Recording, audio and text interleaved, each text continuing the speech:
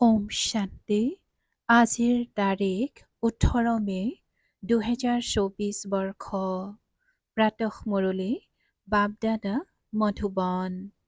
আজিৰ পিতাৰ অমৃতবাণী হৈছে, মৰমৰ সন্তানসকল, স্মৃতিৰ যাত্ৰাত থাকা তেতিয়া তোমালোকৰ পাপ খণ্ডন হৈ যাব। কিয়নো স্মৃতি হৈছে তৰোৱালৰ ধাৰ। এই ক্ষেত্ৰত নিজে নিজক ঠগিব নালাগে। আৰু আজিৰ প্ৰশ্ন, সন্তানসকলৰ চৰিত্ৰ শুধৰাবলৈ পিতাই কোনটো মাৰ্গ দেখুৱায়? পিতাই উত্তৰত কৈছে, সন্তানসকল, নিজৰ সঁচা খতিয়ান ৰাখা। খতিয়ান ৰাখিলেহে চৰিত্ৰ শুধৰণি হ'ব। চাব লাগে যে গোটেই দিনটোত মোৰ চৰিত্ৰ কেনে আছিল।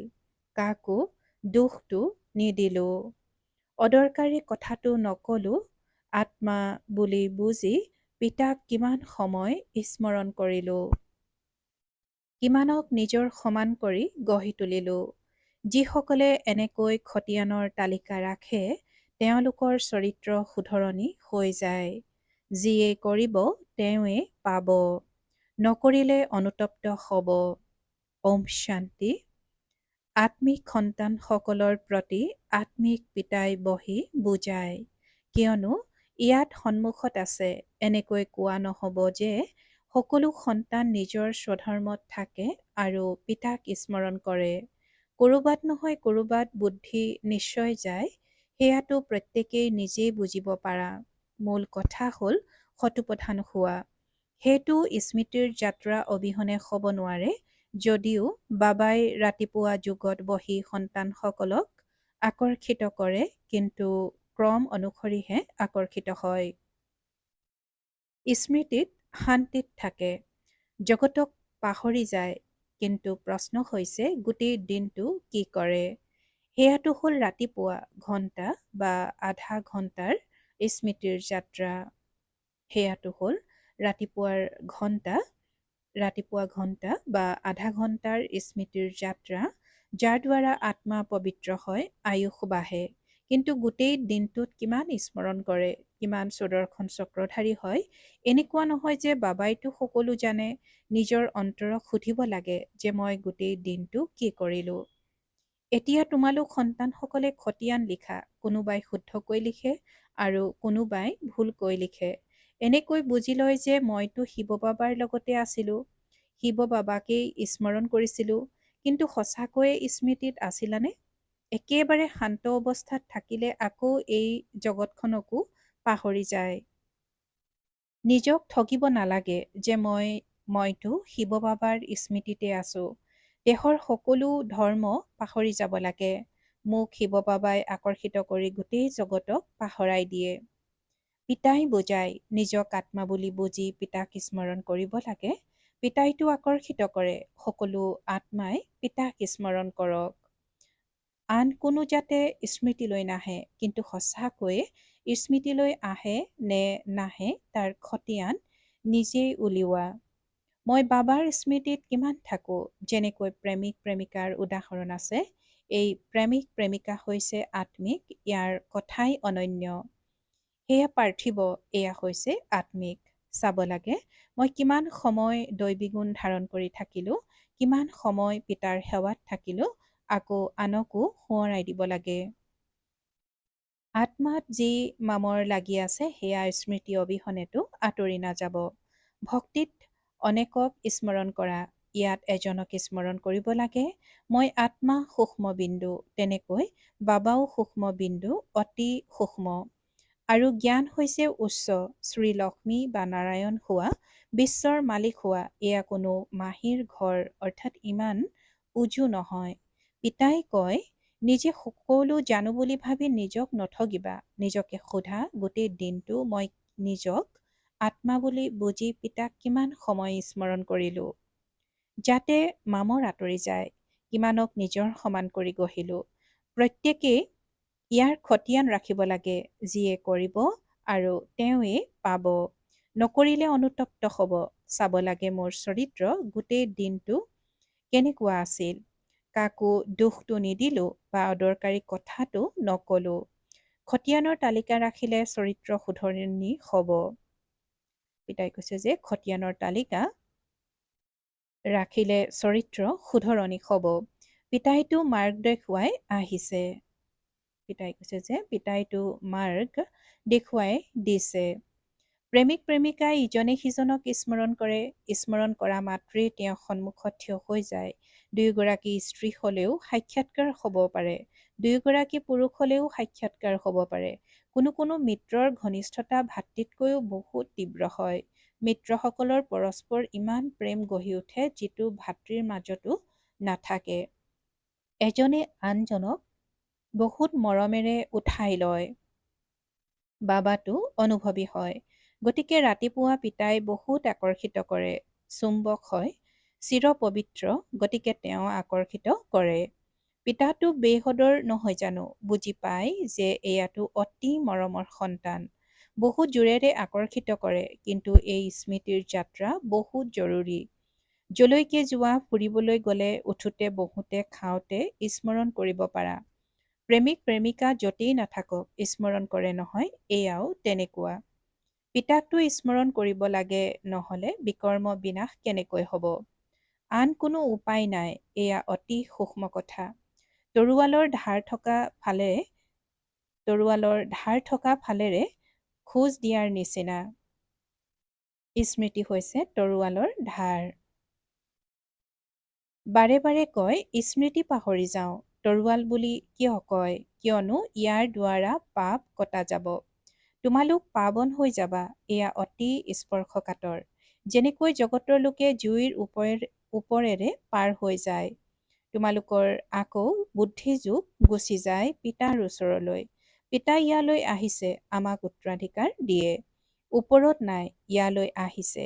পিতাই কয়, সাধাৰণ শৰীৰত আহোঁ। তোমালোকে জানা যে পিতা ওপৰৰ পৰা তললৈ আহিছে।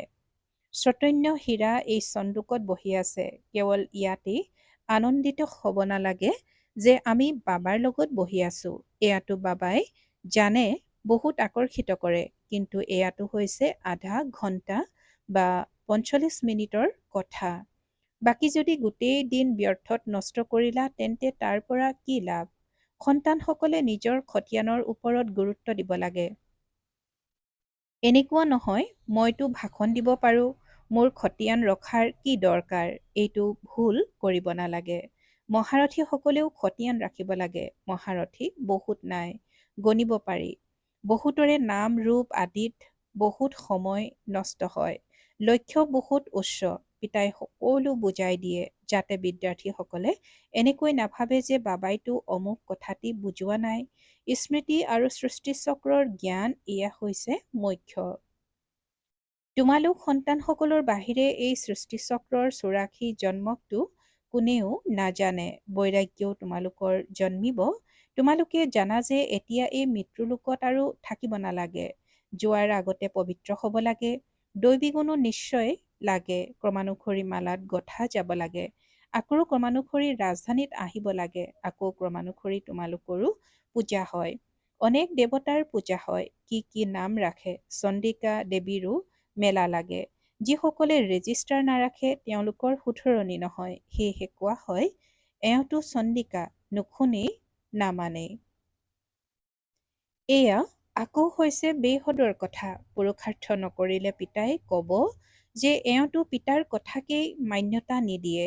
পদ কম হৈ যাব। সেইবাবে পিতাই কয়, নিজৰ ওপৰত বহুত চকু ৰাখিব লাগে। বাবা ৰাতিপুৱা অৰ্থাৎ অমৃতবেলা আহি স্মৃতিৰ যাত্ৰাৰ বাবে কিমান যত্ন কৰায়।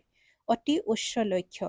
জ্ঞানকতো সহজ বিষয় বুলি কোৱা হ'ব। পিতাই কৈছে যে জ্ঞানক সহজ বিষয় বুলি কোৱা হ'ব। ৮৪ চক্ৰক স্মৰণ কৰাটো ডাঙৰ কথা নহয়। বাকী গধুৰ বিষয় হৈছে স্মৃতিৰ যাত্ৰা, য'ত বহুত অনুতীৰ্ণও হয়। তোমালোকৰ যুদ্ধও ইয়াতেই। তোমালোকে স্মৰণ কৰা, মায়াই বগৰাই দিয়ে। জ্ঞানত যুদ্ধৰ কথা নাই। সেয়াটো হ'ল উপাৰ্জনৰ উৎস।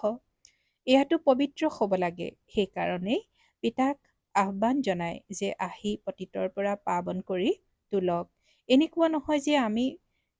এনেকুৱা নহয় যে আহি পঢ়াওক। এনেকৈ ক'ব যে পাৱন কৰি তোলক। গতিকে এই সকলোবোৰ কথা বুদ্ধিত ৰাখিব লাগে। পুৰা ৰাজযোগী হ'ব লাগে। জ্ঞান অতি সৰল। পিতাই কৈছে যে জ্ঞানটো অতি সৰল, কেৱল যুক্তিৰে বুজাবলগীয়া হয়। বাণীত মধুৰতাও থাকিব লাগে। তোমালোকে এই জ্ঞান পাইছা, সেয়াও কৰ্ম অনুসৰি বুলিয়েই কোৱা হ'ব। আৰম্ভণিৰ পৰা ভক্তি কৰিছা, গতিকে এয়া ভাল কৰ্ম কৰিছা। সেয়েহে শিৱ বাবাইও ভালদৰে বহি বুজায়। যিমান বেছি ভক্তি কৰিব শিৱ বাবা ৰাজি হ'ব। তেন্তে এতিয়াও জ্ঞান সোনকালে আহৰণ কৰিব। মহাৰথীসকলৰ বুদ্ধিত সাৰ কথাবোৰ থাকিব। লিখি থাকিব আৰু ভাল ভাল সাৰ কথাবোৰ পৃথক কৰি থাকিব। সাৰ কথাবোৰৰ ওজন কৰিব, কিন্তু এনেকুৱা চেষ্টা কোনেও নকৰে। কাৎচিতহে কোনোবাই টোকা ৰাখে আৰু ভাল সাৰ কথাবোৰ বেলেগে ৰাখে। বাবাই সদায় কয়, ভাষণ দিয়াৰ আগতে লিখা, তাৰ পাছত বিচাৰ কৰা। এনেকুৱা চেষ্টা নকৰে। সকলোবোৰ সাৰ কথা কাৰো স্মৃতিত নাথাকে। বেৰিষ্টাৰসকলেও সাৰ কথাবোৰ ডায়েৰীত টুকি ৰাখে। তোমালোকেতো নিশ্চয় টুকি ৰাখিব লাগে। পিতাই কৈছে যে তোমালোকেতো নিশ্চয় টুকি ৰাখিব লাগে। বিষয়বস্তু লিখি পুনৰ পঢ়িব লাগে, শুধৰাব লাগে। ইমানখিনি চেষ্টা যদি নকৰা তেন্তে জঁপিয়াব নোৱাৰিবা। তোমালোকৰ বুদ্ধিযোগ আনফালে গৈ থাকিব। বহুত কম আছে যিসকল সৰলতাৰে চলে। সেৱাৰ বাহিৰে বুদ্ধিত আন একো নাথাকে। মালাত আহিবলৈ হ'লে পৰিশ্ৰম কৰা উচিত। পিতাইটো মত দিয়ে, তেতিয়া অন্তৰ স্পৰ্শ কৰে। যদি স্মৃতিত নাথাকে তেন্তে সেয়া তেওঁ নিজেই জানে। পেছাগত কাম কাজ আদি কৰা, কিন্তু টুকি ৰাখিবৰ কাৰণে ডায়েৰীটো সদায় পকেটত থকা উচিত। সকলোতকৈ বেছি তোমালোকে টোকা লিখিব লাগে। এহাল পিতাই কৈছে যে পেছাগত কাম কাজ আদি কৰা, কিন্তু টুকি ৰাখিবৰ কাৰণে ডায়েৰী সদায় পকেটত থকা উচিত। আৰু সকলোতকৈ বেছি টোকা তোমালোকে লিখিব লাগে, অৰ্থাৎ সন্তানসকলে লিখিব লাগে। এলাহ কৰিলে, নিজকে বহুত জানো বুলি ভাবিলে, তেন্তে মায়াও কোনো কম নহয়। ঘোচা লগাই থাকিব। লক্ষ্মীনাৰায়ণ হোৱাটো জানো সাধাৰণ কথা? ডাঙৰ ৰাজধানী স্থাপনা হৈ আছে, কুটিৰ ভিতৰত কোনোবাহে ওলাব।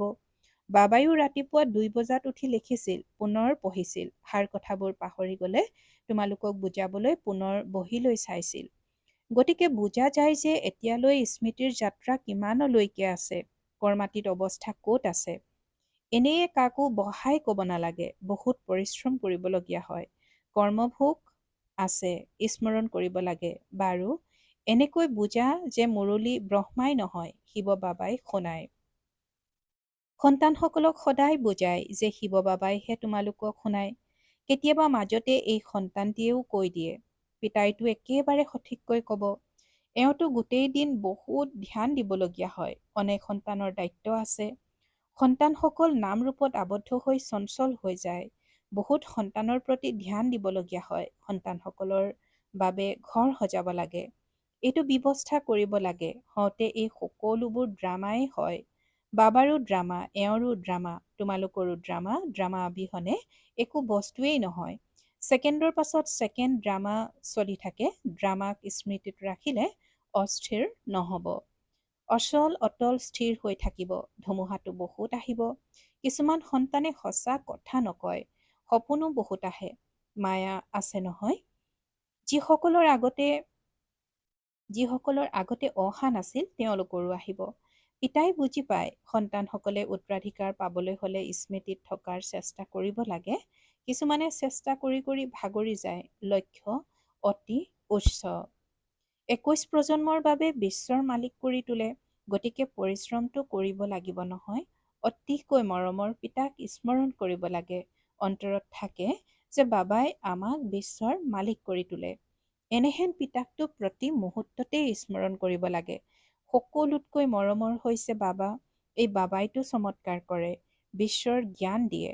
বাবা বাবা বাবা বুলি কৈ ভিতৰি মহিমা গাব লাগে। যিসকলে স্মৰণ কৰে তেওঁলোকে পিতাৰ আকৰ্ষণ অনুভৱ কৰি থাকিব। ইয়ালৈ আহেই পিতাৰ দ্বাৰা পুনৰুজ্জীৱিত হ'বলৈ। গতিকে পিতাই বুজায়, মৰমৰ সন্তানসকল গাফিলতি কৰিব নালাগে। বাবাই দেখিবলৈ পাই সকলো সেৱা কেন্দ্ৰৰ পৰা আহে। চাওঁ, সোধো কেনেধৰণৰ আনন্দত আছে। বাবাই বিচৰাটো কৰে কৰে নহয়। চেহেৰা দেখিও গম পায় পিতাৰ প্ৰতি কিমান মৰম আছে। পিতাৰ সন্মুখত আহিলে পিতাই আকৰ্ষিতো কৰে। ইয়াত বহি বহি সকলো পাহৰি যায়। বাবা অবিহনে একো নাই, গোটেই সৃষ্টিক পাহৰিবই লাগিব। সেইটো অতি মিঠা অলৌকিক অৱস্থা। আহি পিতাৰ স্মৃতিত বহিলে প্ৰেমৰ চকুলো নিগৰে। ভক্তি মাৰ্গতো চকুলো বয়, কিন্তু ভক্তি মাৰ্গ বেলেগ, জ্ঞান মাৰ্গ বেলেগ। এয়া হৈছে সত্য, পিতাৰ লগত সত্য প্ৰেম, ইয়াৰ কথাই অনন্য। ইয়াত তোমালোক শিৱ বাবাৰ ওচৰলৈ আহা, নিশ্চয় ৰথত আৰোহণ কৰিব। শৰীৰ অবিহনেতো আত্মাসকল তাত মিলিত হ'ব পাৰে। ইয়াততো সকলো শৰীৰধাৰী জানে যে এয়া হৈছে বাপ দাদা, গতিকে পিতাক স্মৰণ কৰিবই লাগিব। বহুত মৰমেৰে মহিমা কৰিব লাগে। বাবাই আমাক কি দিয়ে? তোমালোক সন্তানসকলে জানা যে বাবা আহিছে আমাক এই জংঘলৰ পৰা লৈ যায়। মংগলম ভগৱান বিষ্ণু বুলি কোৱা নহয়। সকলোৰে মংগল কৰোঁতা সকলোৰে কল্যাণ হয়। এজনেই পিতা, গতিকে তেওঁক স্মৰণ কৰিব লাগে। এজনেই পিতা, গতিকে তেওঁক স্মৰণ কৰিব লাগে। মই কিয়নো কাৰোবাৰ কল্যাণ কৰিব নোৱাৰো? নিশ্চয় কিবা ত্ৰুটি আছে। পিতাই কয় স্মৃতিৰ ধাৰ নাই, সেইবাবে বাণীটো আকৰ্ষিত নহয়। এয়াও ড্ৰামা। এতিয়া পুনৰ ভালকৈ স্মৃতিৰ ধাৰ ধাৰণ কৰা। স্মৃতিৰ যাত্ৰাই হৈছে কঠিন। স্মৃতিৰ যাত্ৰাই হৈছে কঠিন। আমি ভাইক জ্ঞান দিওঁ, পিতাৰ পৰিচয় দিওঁ, পিতাৰ পৰা উত্তৰাধিকাৰ পাব লাগে। বাবাই অনুভৱ কৰে বাৰে বাৰে পাহৰি যোৱা চাগৈ। পিতাইতো সকলোকে সন্তান বুলি বুজে, সেইকাৰণেতো সন্তান সন্তান বুলি কয়। এই পিতাটো সকলোৰে। এওঁৰ ভূমিকা অপূৰ্ব নহয়নে? বহুত কম সংখ্যক সন্তানে বুজি পায় যে এই শব্দবোৰ কাৰ। বাবাইতো সন্তান সন্তান বুলিয়েই ক'ব। আহিছোৱেই সন্তানসকলক উত্তৰাধিকাৰ দিবলৈ। বাবাই সকলো শুনাই দিয়ে। সন্তানসকলৰ পৰা মই কাম আদায় কৰিব লাগে নহয়। এয়া বৰ বিস্ময়কৰ আৰু ৰসাল জ্ঞান। এই জ্ঞান কৌশলপূৰ্ণ আৰু জটিলো হয়। বৈকুণ্ঠৰ মালিক হ'বলৈ হ'লে জ্ঞানো এনেকুৱাই লাগে নহয় জানো? বাৰু, প্ৰত্যেকে পিতাক স্মৰণ কৰিব লাগে, দৈবী গুণ ধাৰণ কৰিব লাগে। মুখেৰে কেতিয়াও ওলট পালট কথা ক'ব নালাগে। মৰমেৰে কাম আদায় কৰিব লাগে। ভাল বাৰু। অতি মৰমৰ কল্পৰ পাছত পুনৰাই মিলিত হোৱা সন্তানসকলৰ প্ৰতি মাতা পিতা বাপ দাদাৰ স্নেহপূৰ্ণ স্মৰণ আৰু সুপ্ৰভাত। আত্মিক পিতাৰ আত্মিক সন্তানসকলক নমস্কাৰ। আৰু আত্মিক সন্তানসকলৰ আত্মিক মাত পিতা আৰু বাপ দাদাৰ প্ৰতি স্নেহপূৰ্ণ স্মৰণ আৰু সুপ্ৰভাত আৰু নমস্কাৰ নমস্কাৰ নমস্কাৰ। আৰু আজিৰ ধাৰণাৰ বাবে মুখ্য সাৰ প্ৰথমতে ৰাতিপুৱা অৰ্থাৎ অমৃত বেলা একান্তত বহি পিতাক প্ৰেমেৰে স্মৰণ কৰিব লাগে। ৰাতিপুৱা অৰ্থাৎ অমৃত বেলা একান্তত বহি পিতাক প্ৰেমেৰে স্মৰণ কৰিব লাগে। গোটেই জগতক পাহৰি যাব লাগে। আৰু দ্বিতীয়তে পিতাৰ সমান সকলোৰে কল্যাণকাৰী হ'ব লাগে। পিতাৰ সমান সকলোৱে কল্যাণকাৰী হ'ব লাগে। ত্ৰুটিসমূহ দূৰ কৰিব লাগে আৰু নিজৰ ওপৰত বহুত ধ্যান দিব লাগে। নিজৰ ৰেজিষ্টাৰ নিজেই চাব লাগে। আৰু আজিৰ বৰদান সৰ্বপ্ৰাপ্তিৰ সম্পদক স্মৃতিস্বৰূপ হৈ কাৰ্যত প্ৰয়োগ কৰোঁতা সদায় সন্তুষ্ট আত্মা হোৱা। আৰু আজিৰ বৰদানৰ ব্যাখ্যা সংগম যুগৰ বিশেষ বৰদান হৈছে সন্তুষ্টতা আৰু সন্তুষ্টতাৰ বীজ হৈছে সৰ্বপ্ৰাপ্তি। অসন্তুষ্টতাৰ বীজ হৈছে স্থূল বা সূক্ষ্ম অপ্ৰাপ্তি। ব্ৰাহ্মণৰ গায়ন হৈছে ব্ৰাহ্মণৰ ভঁৰালত অপ্ৰাপ্ত কোনো বস্তু নাই। সকলো সন্তানে এজনৰ দ্বাৰা একেই অক্ষয় সম্পদ প্ৰাপ্ত কৰে। কেৱল সেই প্ৰাপ্ত হোৱা সম্পদসমূহক সকলো সময়ত কাৰ্যত প্ৰয়োগ কৰা অৰ্থাৎ স্মৃতিস্বৰূপ হোৱা। বেসদৰ প্ৰাপ্তিসমূহক সদলৈ পৰিৱৰ্তন নকৰিবা, তেতিয়া সদায় সন্তুষ্ট হৈ থাকিবা। আৰু আজিৰ শ্লোগান য'ত নিশ্চয়তা আছে ত'ত বিজয়ৰ ভাগ্যৰেখা মস্তকত আছেই। য'ত নিশ্চয়তা আছে ত'ত বিজয়ৰ ভাগ্যৰেখা মস্তকত আছেই। আনন্দৰূপী সম্পদেৰে সম্পন্ন সৌভাগ্যৱান আৰু প্ৰসন্নচিত্ত হ'বলৈ আজিৰ অব্যক্ত সংকেত। গোটেই বিশ্বত সকলোতকৈ শ্ৰেষ্ঠ ভাগ্য হৈছে আমাৰ। আমাৰ দৰে সৌভাগ্যশালী, আনন্দময় আৰু কোনো হ'ব নোৱাৰে। স্বয়ং ভগৱানে আমাক নিজৰ কৰি লৈছে। এই ভাগ্যৰ বৰ্ণনা কৰি সদায় আনন্দত নাচি থাকা, তেতিয়া পৰিশ্ৰমৰ পৰা মুক্ত, সদায় আত্মিক আনন্দ উল্লাসৰ জীৱনৰ অনুভৱ কৰি থাকিবা। সদায় আত্মিক আনন্দ উল্লাসৰ জীৱনৰ অনুভৱ কৰি থাকিবা। ওম শান্তি।